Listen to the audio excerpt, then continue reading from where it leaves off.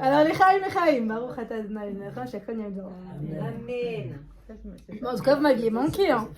Alors, ça fait quoi 2 semaines qu'on s'était pas vus. Hein.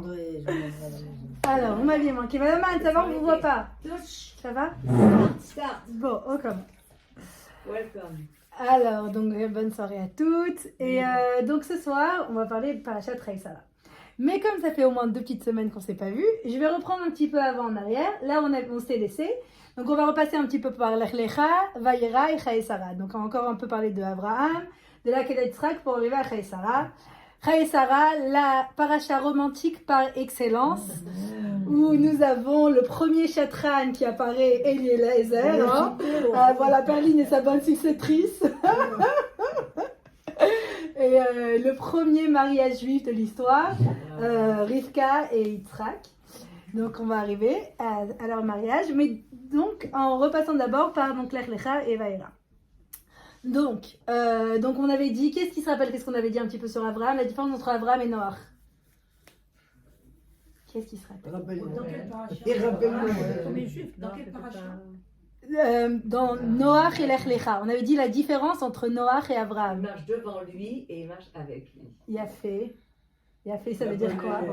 Il a Non, je ne sais pas là en plus. Je ne sais pas si j'étais là, moi. Il ne faut jamais reculer, il avance. Yafé. Alors, C'est le premier juif, parce que même quand on prie dans la... pour sauver la génération, Voilà. pour sauver les villes d'Esdom. Yafé. Et Noach, il ne s'est pas investi dans la prière, il a... Priez pour lui et sa famille.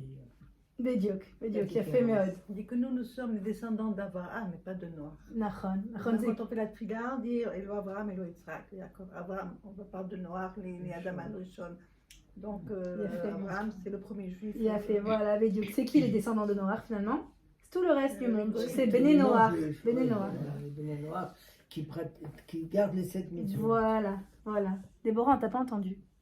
Pas encore. Si on n'entend pas Déborah, ça va pas. Alors, qu'est-ce que tu en dis, Déborah? Tout le monde est... Tout le monde a raison. Bon. Toutes les réponses sont bonnes. Il ne faut pas dire parce que c'est Non, vous inquiétez pas. On a dit de mal. C'est que pour nous. Alors, vous avez toutes raison. C'est qu'on avait dit finalement, c'est quoi la différence entre Noach et Abraham et pourquoi le peuple juif, il a commencé à partir d'Abraham et pas de Noach. On avait dit finalement, il y a une différence fulgurante entre Noach et Abraham. Parce que finalement, les deux, ils étaient mis dans la même situation. Ils étaient l'homme unique, devant une génération entière d'impies. Et pourtant, leur façon de réagir, elle a été différent tout à fait. bédiouk, totalement... Aider les hommes et l'autre les ignorer. Voilà. C'est-à-dire qu'en fait, Noach, lui, il a dit, s'est sauvé à lui. Et bon, il a fait sa teva, il s'est sauvé à lui. Alors qu'Abraham, lui, mais c'était impossible de même penser qu'il va y avoir toute une ville qui va être détruite et lui, il fait rien, il dit rien. Non, c'est pas possible. Et en fait, c'est quoi une des différences entre les deux? C'est que Noach, il a écrit, il était Miktane et Mouna. Sur quoi Miktane et Mouna? Sur que finalement, peut-être que lui, il n'était pas si persuadé du message. Miktane et Mouna, sur qu'il a attendu vraiment qu'il pleuve pour rentrer. Voilà, pour rentrer dans la Tova. C'est sûr que, voilà, lui, chez lui, la Emouna n'était pas si forte que ça. Et Mache Yotse Minalev Nirnas Alalev. Si quelqu'un n'est pas convaincu à 100% de quelque chose, il ne veut pas aller convaincre quelqu'un d'autre. C'est comme quelqu'un qui va vendre une maison. Si, à moins que ce soit vraiment un très bon commercial, s'il n'est pas convaincu que la maison est très belle, il ne va pas réussir à la vendre. Voilà, il dira, la maison, tu sais, c'est comme, si déjà on parle des chatraniotes. Un jour, il y a quelqu'un, il a voulu essayer de faire un shidduch à quelqu'un d'autre. Il a dit, comment on apprend à faire des shidduch? Il a dit, bon, tu sais, pour apprendre à faire des shidduch, il faut un petit peu exagérer. Il a dit, bon, d'accord. Alors ils sont partis proposer une fille. Alors elle dit, la fille, elle est très jolie. Quoi très jolie? Même Claudia Fischer à côté, elle est moche. Ah bon. Et elle est très riche. Quoi très riche? Rothschild à côté, il est pauvre. Ah bon. Bon, elle a un petit problème, elle a un petit peu bossu. Quoi bossu? Quasimodo à côté, il est mieux. Quoi un peu bossu? Bon, ça c'est comment on vend les choses. Pour ça qu'on dit chakraniote. Non, Shalom. C'est typiquement juif. Non, moi je mens pas. Mais non, c'est sûr. Je dis la vérité, c'est sûr. la vérité que la vérité. Voilà, c'est sûr. Je ne la dis pas. Parce que c'est une personne émette. Donc quand une personne elle est émette dans tout ce qu'elle fait. Non, je mens pas. Hein. C'est sûr. Je dis pas peut-être, il y a qu'à se casser la tête à chercher, mais... Bon, de toute façon, il verra lui-même si c'est Quasimodo. Voilà. Alors, donc voilà, Niktane et Mouna. Et donc c'était ça la différence finalement entre une des différences entre Noach et Abraham. Parce qu'Abraham, lui, c'est le Efer, c'est-à-dire qu'il était tellement sûr et persuadé de la force de son message qu'il était obligé de le donner à tout le monde. C'est comme si il était un homme, seul dans le désert, où tout le monde avait très soif et personne n'avait de l'eau. Il dit, mais moi j'ai l'eau, venez, je vous le donne cette eau-là, venez. Et il était tellement persuadé du message, et il avait tellement d'amour de Dieu, d'amour de la Torah et d'amour du juif, qu'il était obligé de le diffuser à tout le monde. Et finalement, c'est ça la différence entre Noach et Abraham. Et c'est pour ça que le peuple juif, il est obligé de commencer par un Abraham et pas par un Noach. Parce que Abraham, le peuple juif, il ne peut pas commencer par quelqu'un qui voit tout le monde se détruire et dit, bon ben moi je rentre dans ma petite teva, bye bye. Mais c'est tellement pas juif. C'est-à-dire qu'on avait dit la dernière fois, on a dit, même en Israël, vous voyez que le Israël, c'est le pays du juif. C'est-à-dire que quelqu'un, il va se balader avec le bébé, vous vous rappelez, on a dit ça, il se balade avec le bébé, il n'a pas la sauce. Pourquoi il n'a pas les chaussettes? Fais-lui mettre les chaussettes tout de suite. Pourquoi ton fils n'a pas les chaussettes? Quand on se balade dans le bus, venez, je vous donne la place. Et c'est sûr que Israël, on voit, c'est le fils d'Abraham. Ou c'est le pays du Chesed. C'est Erpad la Noumimer. C'est pas possible, c'est pas juif d'aller dans la Teva et de laisser tout le monde. Et c'est pour ça qu'Abraham, c'était tout l'inverse. C'était tout l'inverse. Où lui, il a pris, de l'âge de 3 ans, il a découvert la vérité. Il dit, moi j'ai la vérité, je suis obligé de la donner à tout le monde.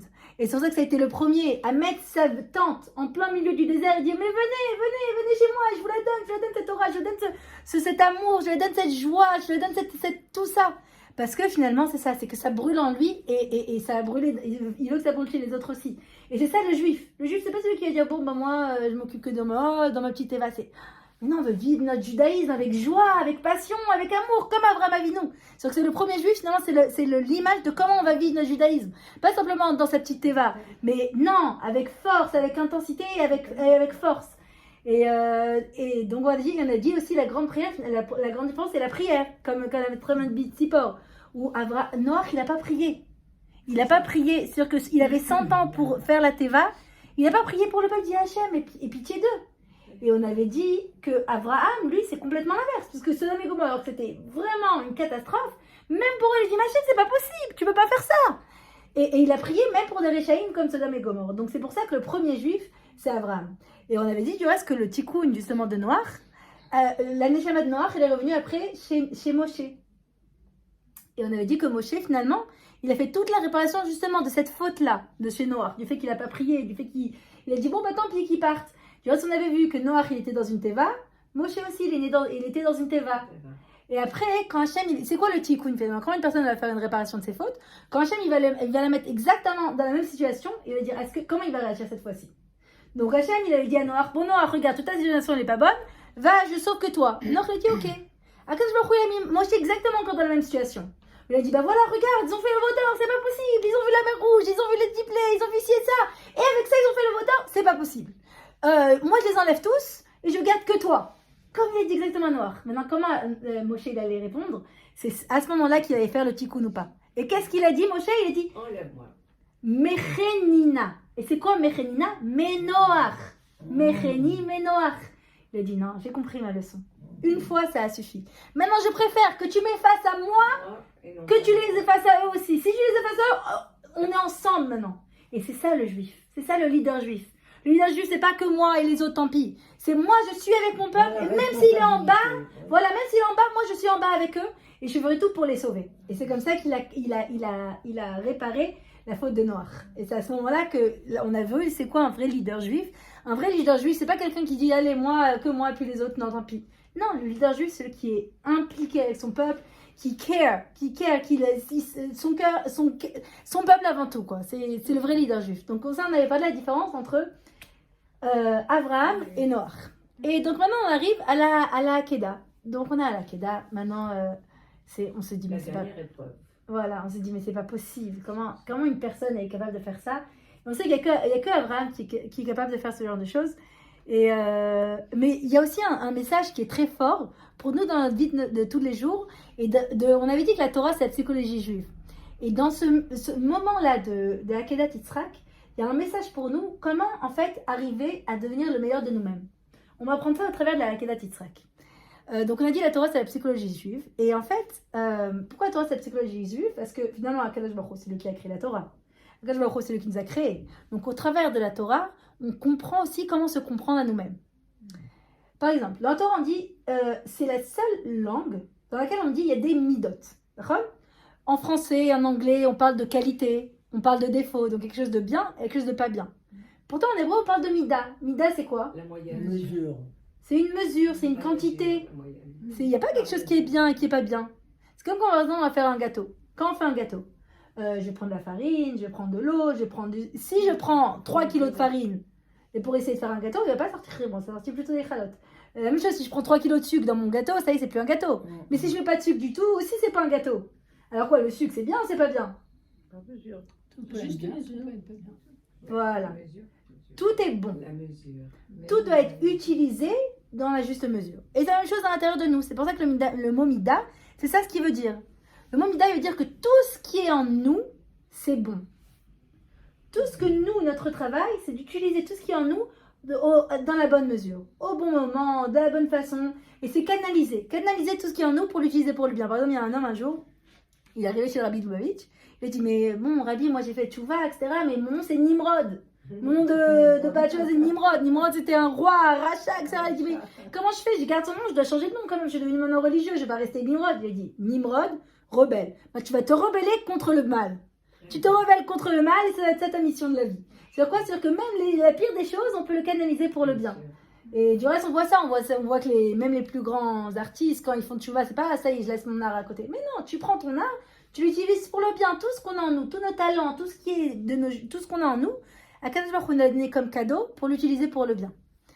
Donc ça, c'est l'union de midot. Maintenant, chaque personne, elle va avoir une mida qui va la qualifier. Une mida qui est prominente chez elle, qui va la qualifier. Par exemple, chez Abraham, c'était le chesed. Chez Yitzhak, c'est la gvura, la rigueur. Et Yaakov, c'est la tiferet. Maintenant, comment la tiferet, elle est arrivée? Tiferet, c'est quoi? Venons apprendre un petit peu c'est quoi chaque chose pour comprendre comment, à ce moment-là, de la Akedat Yitzhak, ça a donné vie à la tiferet, au émet, à la vérité. Chesed, c'est quoi? Une personne qui est chesed, Abraham, c'était le chesed. C'est quoi une personne qui est chesed? C'est une personne qui va être généreuse, une personne qui aime donner, une personne qui va être sympathique, une personne qui a naturellement la joie de vivre, une personne qui est bon vivant, etc. Qui donne sans limite. Quoi. Voilà, une personne qui donne. Voilà, ça c'est le chesed. Maintenant, qu'est-ce qu'on a dit? On a dit chaque chose, dans chaque mida, il y a le... mesure. Voilà, il y a le bon côté et le mauvais côté. Donc c'est quoi d'après vous, par exemple, le mauvais côté du chesed? Trop de recettes. donné. Trop donner. Trop Voilà, une personne qui ne sait pas dire non. Quoi d'autre? Un Torah, je crois qu'il parle de celui qui va se marier avec sa sœur. Qui va se marier avec Par sa sœur. Chesed, ouais. Oula. Genre par exemple, ouais, c'est assourd, mais pour te dire que des fois, Ça, là, c'est un voilà. vrai chesed, ça. Non, mais là, on parle du côté mauvais du Chesed, non? Nachon, Ouais, nachon. c'est pour ça que je parle. Ok, quoi d'autre par exemple? Comment le chesed des fois il peut être pas Alors, le bon? Rav Israël de Sarcelles, à Shalom, Uh-huh. on organisait des cours avec lui. Il disait chesed c'est bien, trop de chesed, ça devient arzariout après. Voilà, Ah, parce que ça peut être un cheshbon Mishouacher. voilà, À voilà. force de donner, après tu deviens pas. Enfin, C'est pas normal de trop donner, c'est. Les gens, ils exagèrent. Voilà. Tu sais que tu donnes, là, ils viennent te faire perdre ta barre, là. En fait, le fait de donner, voilà, ça doit être une force. Personne ne doit donner par force. Quand une personne elle donne par faiblesse, ou parce qu'elle n'ose pas dire non, c'est là que ça devient problématique. Parce qu'elle elle va dire oui, comme elle a dit au compte de quelqu'un d'autre, sur le compte de ses enfants, sur le compte de ci, de ça, Sur le compte d'elle-même. d'elle-même. Il a fait. Et aussi, en fait, le fait de trop donner. En général, les personnes qui vont être recettes vont avoir du mal avec les limites. Avec les limites au niveau du temps, avec les limites au niveau de l'espace, avec les limites au niveau d'elle-même. Ça va être des personnes qui ont du mal à respecter les limites. Parce que le recette est donné, donc moi j'aime donner, moi j'aime ci, ça. Ah, maintenant je vais arriver exactement à 8h, oulala, vous m'avez trop demandé là. Ça, c'est les personnes qui vont être recettes. Elles ont du mal à être à l'heure, on a du mal à pas manger tous les gâteaux qui sont sur la table. On a du mal à... oulala, le balagan, oulala, moi j'adore le balagan. C'est les personnes, voilà, ça les personnes qui ont recette, c'est du mal, qui ont personne avec du mal avec l'ordre. Donc là on a parlé donc, du bon côté du recette, du mauvais côté du recette. Donc on a Abraham. Abraham lui il est recette, tout recette. Et en fait, Akadosh Baruch Hu, il va l'aider. Tout notre but, c'est toujours d'arriver à ce qui s'appelle la tiferet. La tiferet, c'est quoi? C'est le juste milieu. La bonne quantité de chesed et la bonne quantité de gvura pour qu'une personne, elle arrive à justement utiliser tout le chesed qui est en elle de la bonne façon. voilà. Et en fait, ce qui s'est passé, c'est qu'on a dit, donc Abraham, lui, il était chesed. Il a eu